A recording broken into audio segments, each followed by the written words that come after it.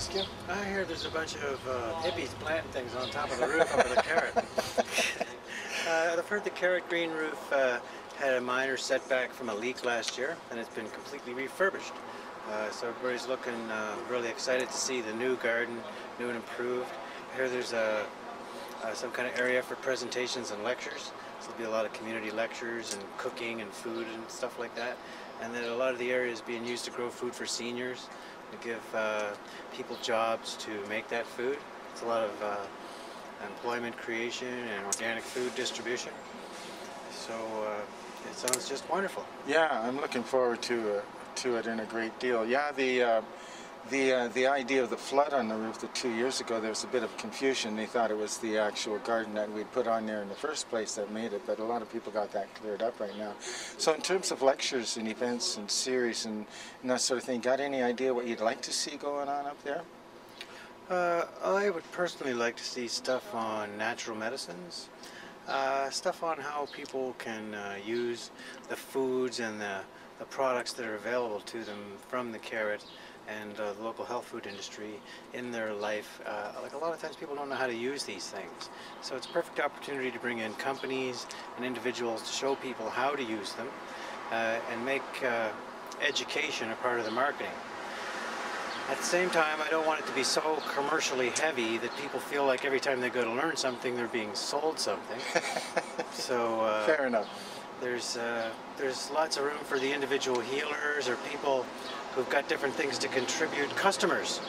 All of a sudden your customer becomes somebody that you can help instead of somebody that you just take from. I think that's going to give you a better customer for a longer period of time. Absolutely. So a lot of this, although it is community oriented, it's really nice to see the way that business and community can mix together to make a better business and a better community. Cool. Cool. I should run for election with that. I think you should run for election. What's the name of your party? The Party. Trying to bring back the party. Bring back the party into politics. That's wonderful. And so, just out of curiosity, the kind of herbs that you'd like to see growing up there, if we can get a herb bed and that sort of stuff? A lot of all the good standards, the really pretty echinacea and calendula. People should have a lot of the visual stuff like that, because the kids will need to be able to make some early visual understandings.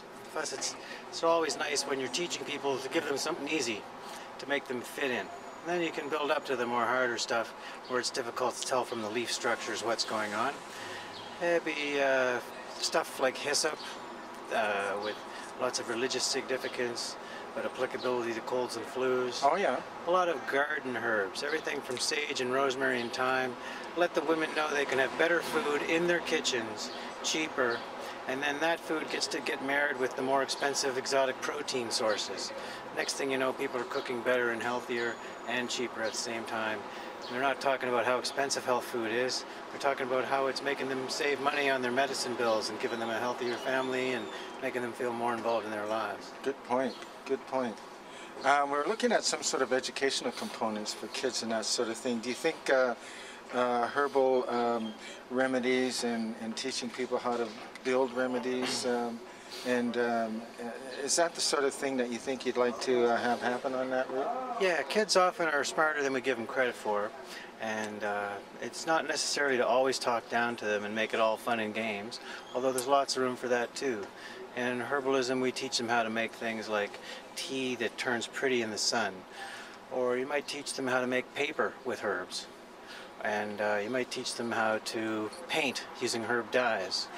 You might teach them how to make wonderful popsicles with herbal teas and fruit juices, so they don't have to rely on candies and things like that, and help deconstruct things for them so that they understand things like candy and pop, and they're not just so held in the grips of the mysticism of the larger candy and soft drink companies.